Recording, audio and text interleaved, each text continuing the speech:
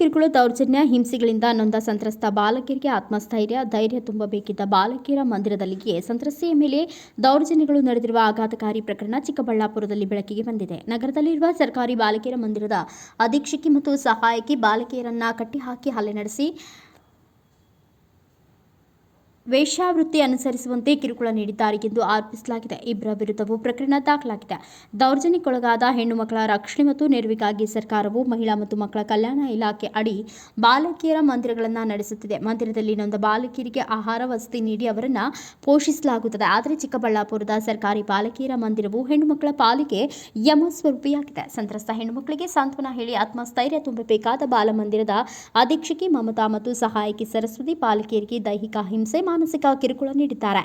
ವೈಶ್ಯಾವೃತ್ತಿಯಲ್ಲಿ ತೊಡಗಿಸಿಕೊಳ್ಳುವಂತೆ ಒತ್ತಾಯ ಹಾಕಿದ್ದಾರೆ. ನಿರಾಕರಿಸಿದ ಬಾಲಕಿಯನ್ನ ಕಟ್ಟಿಹಾಕಿ ಅವರ ಮೇಲೆ ಹಲ್ಲೆಗೈದು ಬರೆ ಹಾಕಿದ್ದಾರೆ, ಚಿತ್ರಹಿಂಸೆ ನೀಡಿದ್ದಾರೆ ಎಂದು ಆರೋಪಿಸಲಾಗಿದೆ.